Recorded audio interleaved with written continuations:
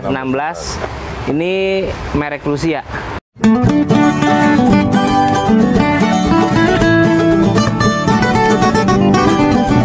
Ya, teman-teman, hari ini saya sudah kedatangan pemiliknya langsung, Pak Johan. Beliau yang punya imajinasi untuk membangun kebun anggur bintang 5 ini, dan kita akan banyak dapat pengalaman dari beliau untuk proses pemupukan supaya batangnya sebesar, wah ini besar-besar banget. Dan ya ini Pak Edi dan ini Pak Johan. Nah, Pak Johan, kita ngobrol santai Pak ya? Ya. Aja. Nah, jadi motivasinya itu apa Pak untuk nanam, bikin sebagus ini nih? Apa ya? Kita bangun ini hanya untuk senang-senang aja Pak. Untuk seneng-seneng. Jadi ngilangin stres. Saya sama Pak Edi ini kalau kerja, stres bawa banyak kerjaan naik ke atas lihat. Nah, ya buang. Cuman itu saja. Tapi emang ada waktunya buat nanam, buat melihara pohon sebanyak ini? Ya, sebenarnya dibantu juga. Dibantu juga. Ada satu staf kita setiap pagi jam 8 sampai jam 10 bantu-bantu, selesai itu kerja yang lain. Tidak khusus. Tidak khusus. Tidak khusus. Tapi dinikmatin Pak ya? Hah? Dinikmatin ya pasti ya? Iya. Karena ya itu salah satunya. Kita tuh penikmat. Bukannya istilahnya hobi sih hobi ya. Cuman terutama penikmat. Penikmat. Lihatin buahnya senang. Nah, ini yang pasti obrolan ini yang paling teman-teman pengen tahu rahasianya nih Pak. Nah, pupuknya apa? Lu pupuk itu standar aja sih Pak. Ya, standar aja pupuk. Kita lihat teman-teman terutama belajar sama Pak Hobi. Aduh. Sama Pak Hobi, intinya belajar sama Pak Hobi, lihat YouTube Pak Hobi gimana tanamnya, caranya gimana. Biar teman-teman nggak penasaran pupuk vegetatifnya, langsung ke intinya aja nih. Pupuk vegetatifnya apa Pak? Standar Pak. Apa tuh? Standar aja seperti yang biasa dipakai teman-teman Kano 3 merah, mana Kano 3 merah? Apa? Ini? Ya, Kano 3 merah. Nah ini NPK. Kano 3 merah nih, teman-teman. Kano 3 merah, NPK 1616. Ini merek Lucia. Ini kalau nggak salah. Nah, apalagi Pak? Ya untuk vegetatif ini aja, saya rasa. Ini? Nah, ini aja. Terus kemudian ya kasih POC juga kan? POC. juga. Kalsium pakai Pak? Kalsium ya kita pakai kalsium hanya untuk sesekali aja. Kalsium. Sekali aja. Nah, jadi magnesium juga. Magnesium juga. Nah, jadi teman-teman pupuk vegetatifnya nih. Jadi pakai NPK 1616 merek Pak Tani. Ya di sini nih kandungannya ada nitrogen, fosfat, kalium. Jadi primernya terpenuhi.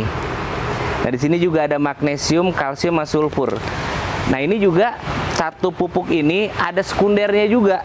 Sudah ada sekundernya juga, ada magnesium, kalsium, dan sulfur. Jadi kalau fungsinya kalsium ini untuk daya tahan. Jadi pohon itu punya daya tahan atas serangan hama dan penyakit. Dan di sini juga ada magnesium. Magnesium ini pembentukan klorofil untuk di fase vegetatif dan bantu kalsium untuk nyebarin unsur hara yang hasil dari fotosintesis. Nah, ini satu pupuk ini Pak Johan pinter pilihnya yang ini. Dan di sini juga ada boron ternyata di pupuknya. Pak Johan ya? Ada boron, mikronya boron, koper, sama mangan. Dan ini luar biasa pilihan yang tepat Pak. Nah, ini nih, ini nggak semua orang pakai. CPN, Kano 3 merah. Nah, pasti yang biasa teman-teman pakai itu yang biru ya. Itu untuk generatif ya Pak Johan ya?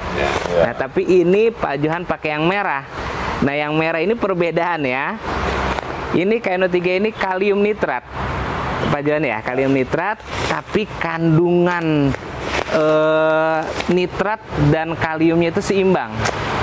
Dia ada nitrogennya 15%, kaliumnya 15%. Jadi untuk membantu proses pertumbuhan, untuk tumbuh. Jadi nitrogennya ada dan kaliumnya juga untuk penyebaran unsur hara juga maksimal di sini. Bedanya sama yang biru, biru itu kalau nggak salah nitratnya cuma sekian persen. Jadi kaliumnya yang tinggi. Itu untuk proses pembentukan, untuk proses generatif. Jadi untuk bantu fosfatnya, fosfat untuk berkembang. Ini luar biasa. Ini saya juga pakai, Pak Johan pakai, dan hasilnya luar biasa. Kalsium Pak ya? Ya. Ada kalsium. Itu kalau ini seminggu berapa kali? Atau Senin Kemis nanti. oh, lihat Pak Johan nggak takut pupuk, nggak takut OD, dan menurut saya nggak ada masalah untuk dosis pupuk. Jadi kalau yang katanya seminggu sekali pakai NPK OD itu bukan, harus dicari lagi. Masalahnya bukan karena OD. Kalau daunnya suka kebakar ya Pak ya.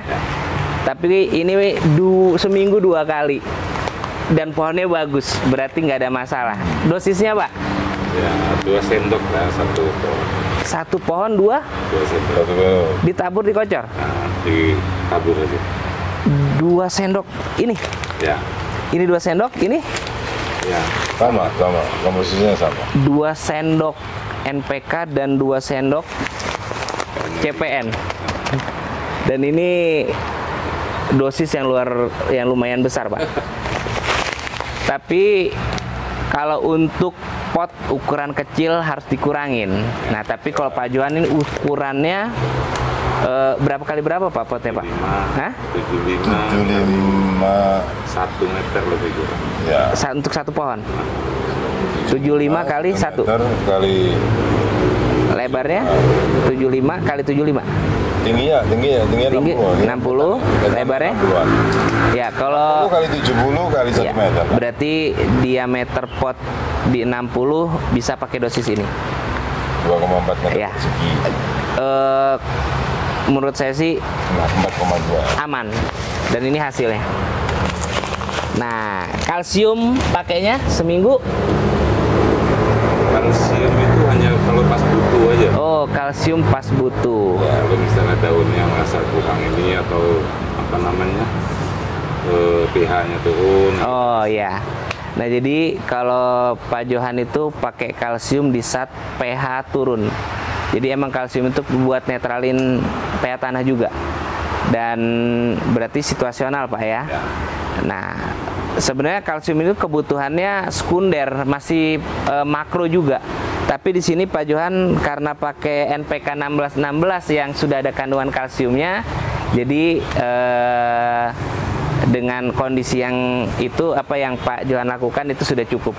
Magnesium Pak? Magnesium 2 minggu 1 bulan sekali. Nah, magnesium 2 minggu sekali atau 1 bulan sekali. Itu untuk dosis Ya, paling 2 sendok lah. sama 2 sendok ya. Jadi 2 sendok makan untuk 2 atau 1 bulan sekali. Berarti emang dosisnya lebih rendah dari makronya, primernya. Dan itu top. Nah, di sini ada asam humat, Pak. Ini dipakai di saat vegetatif atau Ya. di vegetatif juga pakai. Ini asam humat interval berapa?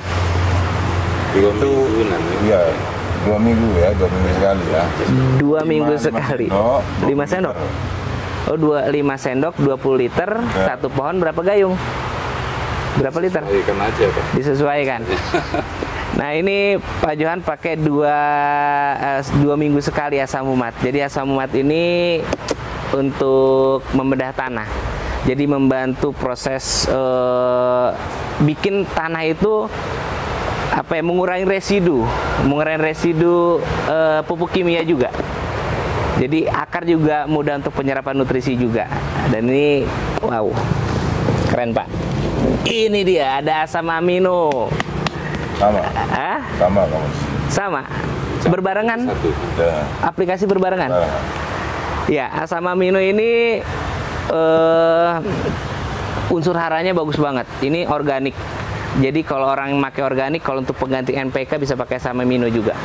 Aminosan sebutannya, aminosan. Ini interval sama ya? Sama. Campur malah. Dicampur. Jadi satu. Jadi satu. Jadi sama POC Pak ya? POC. POC. Nah, POC itu apa aja campurannya Pak? Semua.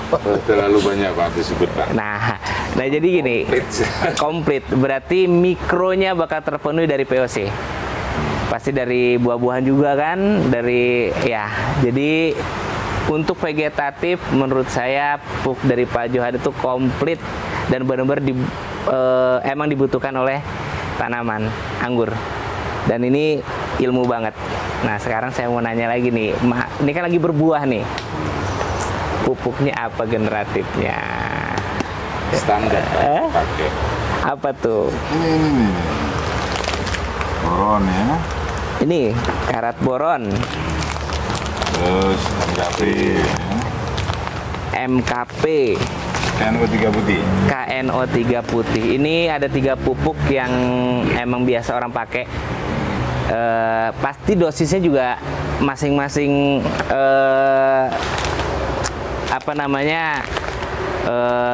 petani itu beda-beda. Nah di sini boron kandungan kalsiumnya tinggi 26%, boron 0,3% dan ada nitratnya juga 15%. Ini untuk buah Pak, buah biasanya ya Pak ya, buah itu jadi kuat karena kalsiumnya tinggi. Kulit buah juga biasanya kalau suka temuin buah-buah yang crack, yang pecah, itu kekurangan kalsium. MKP monokalium fosfat. Ini fosfatnya 52%, ada potasiumnya 34% kalium. Jadi ini untuk pembentukan calon bunga. Ini cocok banget. Udah Pak ya? Nah, ini dia nih. Ini untuk menjaga buah tetap manis atau tetap sama seperti kalau untuk menjaga validitas ini KNO3 Putih. Pak John pakai. Ini yang beda emang merah berapa persen ya? Nah, nitrogennya 13%, kaliumnya 45%. Ini pupuk happy orang bilang Pak. Nah tapi kalau Pak Johan ini pupuk buah ya, pupuk buahnya Pak Johan ya. Dosisnya Pak? Paling kita pakai itu 2 minggu sekali. 2 minggu sekali. Digabung 3. Jadi satu.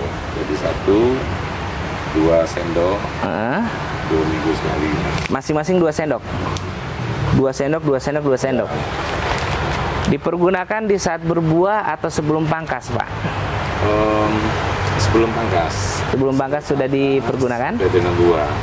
Oh, jadi pupuk generatifnya sebelum pangkas sudah dikasih pupuk generatif untuk pembentukan calon bunga, dan setelah pangkas Pak ya? Sebelum berapa minggu sebelum pangkas Pak? Mungkin kira-kira 3 minggu sampai 1 bulan deh ya. 3 minggu 1 bulan. Tapi ini ada nggak sebelum pakai pupuk generatif tapi sudah bawa bunga? Yang kejadian itu Pak. Banyak kan itu ya? Sebelum dipangkas ya ada buah ini. Bahkan kata-kata seperti ini, buahnya tuh sepertinya lebih banyak daripada kalau dipangkas. Malah lebih banyak ya? Tunas tumbuh buah semua. Siap tunas tumbuh buah, itu nutrisi Bapak udah luar Kita biasa. mau pangkas, kita eman gitu. Teman ya. Eman. Gitu. Mau dipangkas sudah banyak sekali gitu kan. Tapi dibiarkan aja. Tapi kedepannya gimana Pak? Apa pengen buah dibegituin aja apa entar? Iya, tujuan kita tuh hanya senang lihat buah Pak. Senang lihat buah. Selama dia bisa berbuah, kita buahin aja terus. Iya. Ini apa namanya? Kalau sudah cinta, udah emang punya seneng, orientasinya emang untuk penikmat sih, buah itu nomor 1 Pak ya. Iya. Ya jadi teman-teman ini kayaknya kita udah Minimal kepoinnya kita udah tahu ya. udah tahu. Udah tahu nanti perlakuan kita kalau misalkan mau berkembang lagi itu sih saya pikir bisa lah. Kita kan udah ngerti ya. Udah ngerti bener. Pupuknya kita udah tahu, terusnya motivasinya udah tahu. Sekarang kita minta tips dari Pak Edi sama Pak Johan untuk teman-teman yang emang pengen punya kebun anggur dan bisa menyenangkan seperti Pak Johan sama Pak Edi. Tipsnya Menyenangkan ya. menyenangkan nomor 1 Pak. Hah? Tipsnya gimana?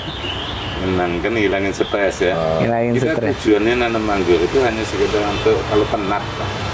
Penat kita naik ke atas, kita lihat buah, udah selesai lihat turun, hilangin penat aja. Nah, untuk gimana supaya buahnya banyak, terusnya rapi, batangnya besar dan semangat untuk bercocok tanam. Nah, tipsnya itu apa Pak Edi? Pak Johan? Enggak, Pak. Ya inilah. Jadi kalau kita sudah berniat, itu jangan berhenti. Udah niat jangan berhenti. Jangan berhenti, terus kita cari tahu masalahnya. Jadi jangan sampai putus asa gitu. Ini kan sama juga dulu. Ya, kita sampai kita beli, kita tanam, kita ini ada lagi masalah, kita coba terus sampai harus ini apa namanya, nggak boleh menyerah. Boleh nyerah ya. Apa yang sudah dimulai harus diselesaikan, kata Pak Edi ya. Kalau berhenti berarti gagal ya. Gagal. Ya, mungkin Terus apa lagi? Iya. Tanam anggur itu Harus. tidak sesulit yang dibayangin orang. Nah, Ya, seperti kata Pak Hobi itu yang penting itu sabar. Sabar. Gedein batang, udah gedein batang, dia akan berbuah sendiri. Bener. Yang penting batangnya besar. Kalau sudah waktunya berbuah, Buah dia sendiri. bakal berbuah. Tinggal kita harus pikirkan mau buah yang seperti apa. Nah, itu pesan sedikit dari saya. Ya, mungkin karena ini kesibukan, ini manggil Pak Johan ini terakhir baru dateng nih. Jadi ini rekan bisnisnya udah pada nungguin juga kan. Ya mungkin itu aja video dari saya. Mudah-mudahan bermanfaat buat teman-teman, dan saya yakin kedepannya mudah-mudahan banyak di Indonesia yang bisa bikin yang lebih keren dari Pak Johan, dan ini adalah cikal bakal perkembangan anggur di Indonesia ada di sini. Terima kasih Pak Johan, Pak Edi, mudah-mudahan dan nggak kapok saya datang. Mudah-mudahan datang ke sini lagi tuh kondisinya harusnya lebih keren lagi. Ya Pak Johan ya. Mungkin itu aja. Sampai jumpa di video-video berikutnya. Salam White Garden, petani modern, petani anggur. Terima kasih Pak.